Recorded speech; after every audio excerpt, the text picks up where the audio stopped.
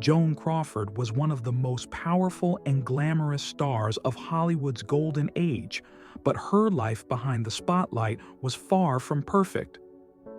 Born Lucille LeSueur in Texas, she had a tough childhood, abandoned by her father and raised by a struggling mother. Her dreams of becoming a dancer were nearly crushed after a serious injury, and she spent much of her early life cleaning and cooking just to stay in school.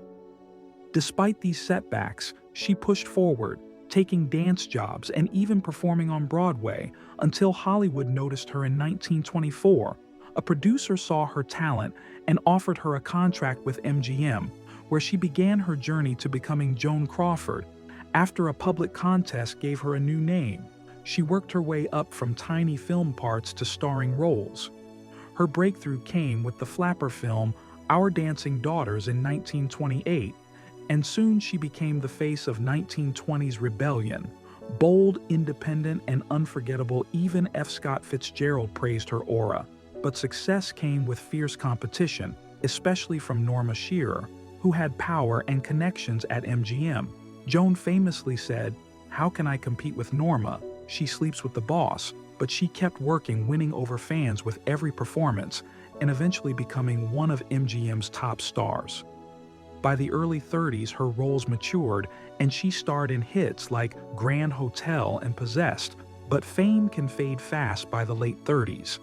Joan's popularity dropped. She was labeled box office poison along with other big stars, but she refused to give up her comeback role in The Women, proved she could still shine, and she left MGM in 1943 after 18 years, ready to start fresh at Warner Brothers. There, she won her first Oscar for Mildred Pierce in 1945 and proved her worth again with more powerful roles over the next decade, but as time passed, the roles got fewer. Her final movie, Trog, in 1970 marked the end of her screen career, and she retired quietly from public life. Crawford's personal life was as dramatic as her career. She married 4 times, including to Douglas Fairbanks Jr. and Alfred Steele, the latter being her longest-lasting marriage. She also adopted 5 children, but her parenting was widely debated. One daughter, Christina, wrote the shocking book, Mommy Dearest, accusing Joan of cruelty and emotional abuse, while others like Kathy remembered her as loving and supportive. Even her relationship with her son Christopher ended with cold distance and pain. The truth about Joan as a mother remains complicated, adding another layer to her legacy. And then there was her legendary feud with Bette Davis, a rivalry that defined Hollywood gossip for decades.